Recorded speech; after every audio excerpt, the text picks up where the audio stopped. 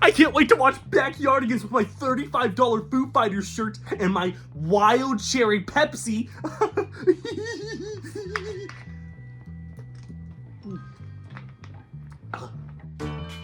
Hi, I'm Pablo. My name's Tyrone.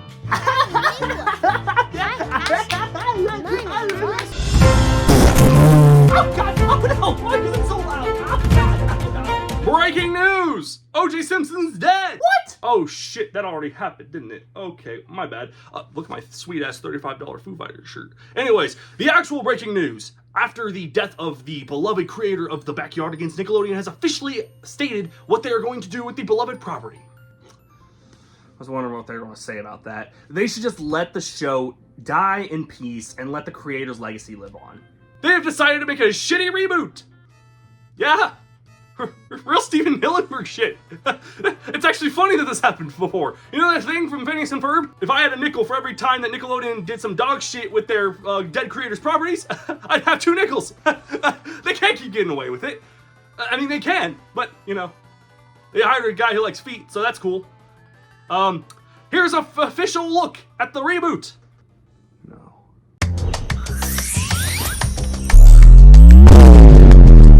Castaways. We are castaways. We're stuck where we are with no house, no car. Castaways ahoy. We are Why in a million fucking years would you put that on your resume? Why? They weren't even castaways. They were on a boat. They could go to the Bahamas for all I care, and I don't care. The worst part is this has happened before. Nickelodeon is guilty of this already. Why can't they just let things die in peace? They can't get away with it. Oh boy. Well, hey guys and gals and everyone in between. My name is Xander, and today we're going to be taking a look at TV reboots. A TV reboot is often confused with TV spin-offs, and I must tell you they are completely separate things. A TV spin-off is a show that directly continues off an original show. A good example of this is Frasier, which premiered in 1993 and utilized the character of Dr. Frasier Crane from the hit 80s show Cheers. Hey, they ruined that too. We can't have anything nice. Have you considered that he hates you? The same could be said for Girl Meets World on Disney Channel, which is a spin-off of Boy Meets World, which ran in the 90s on ABC, utilizing many similar and same characters. Hell, the dad was the main character in Boy Meets World. A reboot is way more linear in terms of taking from the source material. The basic definition is to restart an existing series. And how many of these suck?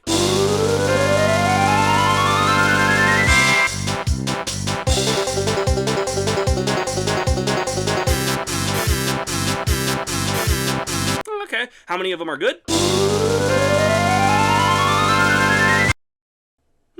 Most of the time, TV reboots exist purely as a cash grab. The ones that do work are special occasions.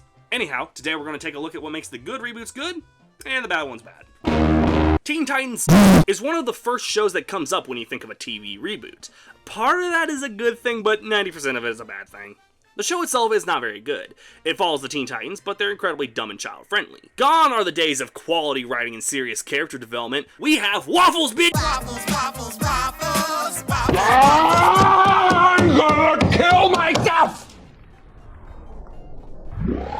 I say it's 90% a bad thing because it's definitely not a good show, but it has its little moments here and there. There's one episode where Cyborg gets obsessed with a song and he goes on this straight-up 80s vibe adventure to save his friends. And it's probably as close to quality writing the show has ever gotten. I totally get Cyborg's side of the story because, dude, when I first heard Buddy Holly by Weezer, my virginity levels went through the roof! Now, I mentioned that the quality writing is usually rare, but that is except for the movie. You might be surprised to hear Teen Titans Go to the movies is actually a solid comedy. It was consistently funny, had decent songs for being a Teen Titans Go movie, and genuinely has one of my favorite endings to any kids movie. Kids, ask your parents where babies come from! Mommy, what? Shut the fuck up. I know it sounds like I'm defending a shit show, but if you look for the good moments, they are there, just not as common. Sound the alarms. Jordan Peele, the guy behind Nope, Get Out, and the third one that's alright, producing and hosting a modern-day Twilight Zone. We are so back! Is that CBS? We are so front. The Twilight Zone, in many ways, is a supernatural fantasy. It was an anthology series that ran from 1959 to 1964 and produced 5 seasons, 156 episodes, and a so-so movie. Despite premonitions, the show isn't qualified as horror. It had horror elements, but down to its core, it's a paranormal anthology series with weird things happening to ordinary people. The show had scary stuff, but the real element came from the eerie vibes. Not one episode felt right from the beginning. Something was off and it was obvious. Now, before the 2019 show came around, there were actually 2 revivals of the original series, in 1985 and in 2002. Both shows very clearly showed that the idea was not to scare the viewer, but to creep them out, you know, make them feel uncomfortable. So clearly a reboot from Jordan Peele, a guy who knows just how to do that and proved he can, will bring the ante to this new Twilight Zone, right? 2 seasons. Yeah, this definitely didn't hit the same as even the other revivals. Sure, the 2002 series only ran for 1 season, but it got 43 total episodes. This ran for 2 seasons and got 20. And even worse, CBS pulled the show from Paramount Plus, as if to say, yeah, this was a mistake. Maybe if we wipe it off the face of the planet, people will forgive us. I still haven't forgiven them for Big Brother 21. What do you think this is? Right now on Big White Supremacy. The show's biggest issue isn't that it doesn't feel like Twilight Zone. I mean, it doesn't, but it's more problematic by how every episode had a celebrity guest instead of the random actors like the original show. Not all of them were bad. The Adam Scott one is one of my favorite episodes of the series. But then there's ones like Joel McHale and the guy from Law and Order. He's cool, right? Zazie Beetz! Actually, I promise never to insult the voice actor of Diane Foxington, so I'll leave that there. The show just doesn't have that edge the original had. And for it being from the guy who's practically edging me with these horror movies, I expected better. Yeah, I count this as a reboot rather than a direct sequel. Mostly because the 2023 Clone High does feel completely different from the original 2002 series. The original Clone High is possibly one of the best shows to only ever get 1 season, which ran from 2002 to 2003. It followed a group of clones of famous guys and ladies, including JFK, Abraham Lincoln, Joan of Arc, and Mahatma Gandhi. The show had that strange humor that really works today. However, many viewers in India were deeply offended by the portrayal of Gandhi, many calling him an insult to the figure. Such strikes were held and the show was cancelled. However, thanks to the internet, in the late 2010s to early 2020s, the show boosted in popularity. This led to the streaming service HBO Max, Max, greenlit a reboot of the series in 2023, which would premiere alongside the rebranding of the streaming service in May of 2023. It's fine. There's really nothing here that's better than the original being way funnier. Occasionally there's a good bit, like how they explain Gandhi's absence. Just like I did with you guys in Gandhi. Who? But it lacks what the original show had. I suppose it's at least a harmless reboot, but it's not much. Unlike this one, the Powerpuff Girls was one of Cartoon Network's most popular shows from one of their most popular eras, the Cartoon era. It ran from 1998 to 2004 and was easily one of the most popular shows at the time. Despite its girly exterior, the show really works for both boys and girls, specifically with its humor and the kick-ass villains. But in the spree of Cartoon Network rebooting a lot of their own shows, Powerpuff Girls was long expected for one. Apparently, the CW was supposed to make a live-action show with Dove Cameron and Donald Faison. It's amazing they thought that was going to work, and I'm sincerely okay with the show never happening. What did happen was the Powerpuff Girls 2016 reboot. This sucks. It's not like the BenTen reboot where I can forgive that it is ultimately harmless. This shit is dumb. It's like all the charm of the original was sucked out, and when they referenced the No Me Gusta face in 2016, 10 years retracted from my lifespan. I guess the art style is cool, but this is just dumb. It's what the internet thought Uncle Grandpa was. Hell, at least Uncle Grandpa was funny. This is just stupid. TV networks nowadays are no strangers to rebooting older shows for a modern audience. One of the ones CBS was responsible for was The Odd Couple. The original show ran from 1970 to 1975 and followed 2 men, Felix Unger and Oscar Madison, played by Tony Randall and Jack Klugman respectively, living together after separating from their wives. The show was pretty funny, nothing outstanding, but for a 1970s sitcom, it worked fine, and Randall and Klugman were pretty good with their chemistry. Well, The Odd Couple eventually saw a comeback in 2015. This time it starred the late Matthew Perry and Thomas Lennon. It also has Yvette Nicole Brown, and I refuse to hate anything Yvette Nicole Brown is in. With that, yeah, this is up to par. It's just different enough where it doesn't try to repeat what the original show did, but it also features humor that relates to the modern audience. Perry and Lennon are great. Ain't too much to say, it works well for what it ultimately is. Lost in Space was a very different show for its time. It followed a space family struggling to survive after an accidental stowaway throws them off course. The show was very strange for its time. It ran from 1965 to 1968, and it was considered somewhat a pioneer in sci-fi television, next to the obvious hit with Star Trek. There was a film adaptation in 1998. That's about all it was. However, in 2018, streaming giant Netflix premiered a reboot series. And I know this might be a controversial statement, but I prefer this show over the original. Maybe it's my love for modern sci-fi, but I didn't see the problem with this show. It was a fun little show. It ran from 2018 to 2021, and if you get the chance, check it out. Now, I will talk about a big uprising in cop drama reboots later, but first, I need to tell everyone how CBS ruined the best thing Denzel Washington's been in since, well, everything else he's been in. The Equalizer is often a confused title. If you ask anyone, you probably would see that The Equalizer is a 2014 Denzel Washington movie directed by award-winning filmmaker Antoine Fuqua. But it was actually a 1985 series starring Edward Woodward. The show itself? Well, it's an 80s crime drama, what do you expect? Antoine Fuqua would take this series and develop his own take with Denzel Washington, in a similar case to Tom Cruise in the Mission Impossible movies. And none of these have Queen Latifah in them, there we fucking go! First premiering in 2021, The Equalizer is a reboot following Queen Latifah as the titular operative. This show sucks.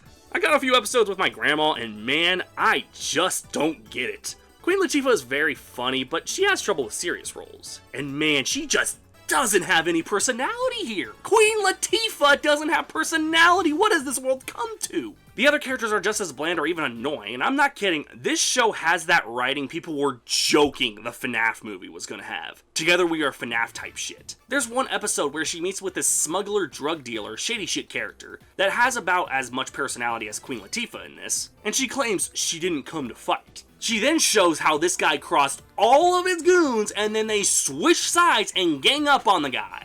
The writing is atrocious, and I'd probably be more understanding of it if the Equalizer herself was more interesting.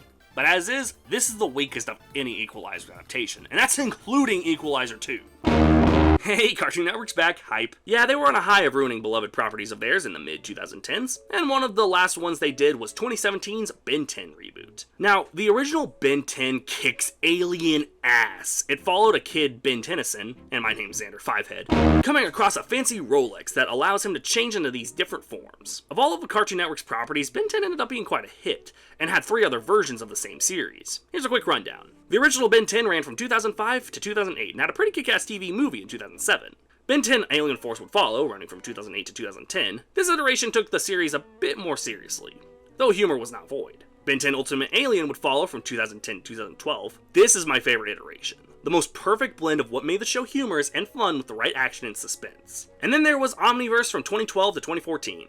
The okay one. Nobody looked at this and said it was amazing, and the art style took a weird turn. It kind of reminds me of when American Dragon Jake Long did that art change between seasons. But hey, they crossed over the Secret Saturdays. The what? It's insulting that the one that ran the longest would be the 2017 series. This is admittedly completely harmless, and like Teen Titans Go, there are good moments just hidden in heaps of shit. It ran from 2016 to 2021, and it ultimately just is mediocre. It's not annoying like Go, and it's not outdated like the 2016 Powerpuff Girls, but it's definitely not the original. Teenage Mutant Ninja Turtles has had a crazy amount of reboots and adaptations over the years. The 3 I'll be discussing are the 2003 series, one I've talked about already with the 2012 series, and Rise of the TMNT. First, I'll get the 2012 series out of the way since I've already kind of talked about it a couple times. Needless to say, this is a funny, well thought out, intriguing, heartfelt, kick-ass 4 seasons of a show I've ever seen. The final 5th season is okay, I guess. I don't think it's bad, but season 4 to me was just the end of the show, and season 5 is more of an anthology. There's nothing terrible in season 5, it's just kinda just there. It doesn't need to be there. And shout out to the person who commented on one of my posts recommending the 2003 series. Hot damn is this series good. If I might, this is probably next to, of course, the original, the 2012 series, and Mutant Mayhem as my favorite TMNT adaptation. It's insane how good this series is. It's 7 solid seasons of just kick-assery. Admittedly, it takes itself a bit more seriously than the other adaptations, but given my hype for the last Ronin game, seriously, that's gonna kick ass. I don't have any problem with this series taking itself seriously. And then there's Rise of the TMT. It's okay, I'm trying to hide it. I kind of like this series. I don't think it's amazing, but I like the art style. It's funny at times. You want a bad TMNT reboot? Look up Ninja Turtles The Next Mutation. It ran in the late 90s and it was a live-action reboot, similar to the movies at the time. It sucks, but I wanted to stick to the animated series, but yeah, fuck The Next Mutation, bro. Lethal Company. Oh shit. Lethal Weapon was a 1987 crime thriller starring Donald Glover and that one guy from The Patriot. It's a damn good crime thriller, all things considered. 3 goddamn sequels is a bit much. Lethal Weapon 2 would release in 1989 and was a passable sequel considering other action sequels at the time. Lethal Weapon 3, however, in 1992 was when things got dumb. They had a Joe Pesci because Home Alone and Goodfellas, and it just didn't have the charm of the first 2. Lethal Weapon 4 was easily the worst one, releasing in 1998, and that's when I stopped caring. The first 2 seasons of the 2016 reboot show are pretty damn good, starring Clayton Crawford and Damon Wayans, in one of my favorite performances from him, by the way. This show mixed drama, humor, and action perfectly in those first 2 seasons. But a lot of bad behavior from Crawford led to him being let go upon season 3. Well, I guess that's okay, as long as they get the perfect replacement. Who's that perfect replacement? Stifler! Look, obviously, if Crawford was making scenes, clearly they needed to replace him. But of all the actors, you chose the one guy I can't take seriously at all because he was in a movie where a guy 69's a pastry. The third and sadly final season of this show is really bad, and they clearly had no idea where to go with Crawford gone. And Sean William Scott and Damon Wayans just don't have the same chemistry. What sucks is this comes close enough to the original movie, but they clearly fumbled later on. No, I'm gonna be respectful here. iCarly was a Nickelodeon sitcom that aired from 2007 to 2012, following Carly, played by Miranda Cosgrove, as she films her hit web show iCarly with her best friend Sam, played by Jeanette McCurdy. Other characters included Freddie, the cameraman, played by Nathan Kress, Carly's brother Spencer, played by my beloved Jerry Trainer, and Gibby, played by Noah Monk. Clearly this show has some serious dark sides to it, and I won't go into detail. Watch Quiet on Set, it's really damn good. The show definitely was strange as fuck, but it was funny. I hate that it came at the expense of some serious trauma for the actors, but clearly some of the same writers as Drake and Josh were on this show because some of this stuff is gold. What you got there? It's a smoothie. Except for when Sam and Freddie dated. What the fuck was that? And in 2021, after a near decade since the heartwarming finale, a reboot was put on Paramount Plus. Now, some might say this is a sequel series, but it does restart a lot of things. Why is Freddie recording with an iPhone? He needs an oversized camera that won't capture shit worth quality. I'm not a fan of this one. I guess it has its moments, but Miranda Cosgrove cursing is just, it's not a thing, alright? I like the episode with Lubert as a lawyer, that's kind of funny. What's in the box? What's in the box? But it lacks the charm of the original. Yeah, sure, adult iCarly is cool in concept, but the original show didn't need all adult humor to work. Fuck you, Dan Schneider. A big target of reboots, as you see, are sitcoms. They're easy to copy the formula and often lend themselves the best in terms of writing. And of all the big sitcoms that could work the best when it came to a reboot, they chose Night Court! Night Court was a sitcom that ran from 1984 to 1992 and starred a pretty quirky cast of characters and an urban night court. Honestly, my problem isn't that they chose Night Court, it's actually solid enough of a choice. My problem is that when they did reboot the show in 2023, they chose the one cast member from Big Bang Theory who couldn't make anything she said funny. Look, I like Melissa Roch and other things, but really? Mayim Bialik was too busy? Simon Helberg? Fuck, I would have taken Stewart over Bernadette. What has Kevin Sussman actually done in the last 5 years since Big Bang Theory? Tell me. Such, the 2023 Night Court definitely matches the NBC quota for modern TV programming. It's dull, doesn't really stand out over the original, and is only funny when John Larroquette, who was in the original show, says or does something funny. The rest of it is standard bad modern sitcom and definitely doesn't work as a reboot or as its own show. I won't be surprised if this one doesn't last much longer. Trust me, I saved the best for last. If you haven't seen it recently, most reboots nowadays are one of two things: sitcoms or cop dramas. Usually the cop dramas range from stuff in the 60s to 80s. So for the first time on this channel, get that clock running, because I'm going to do a major rundown of all the major cop drama reboots of the last 10 years. Anyways, here we go. Hawaii Five-0, which ran from 2010 to 2020 on CBS, it starts strong but insanely goes downhill after season 7, but ends okay. Magnum P.I., which ran from 2018 to 2024 on NBC. Jay Hernandez is the only highlight in a pretty weak reboot. MacGyver, which ran from 2016 to 2021. Another pretty weak reboot, but this time the lead doesn't save the writing. Quantum Leap, which ran from 2022 to 2024, and is an insanely bad butchering of one of the best dramas I've ever seen. Raymond Lee as the lead is the only highlight. And so many NCIS and CSI reboots and continuations. Oh my god, they just made so many, it just doesn't end. Holy fuck, is that Sydney? But hey, what's happening with SpongeBob? Just want to make sure.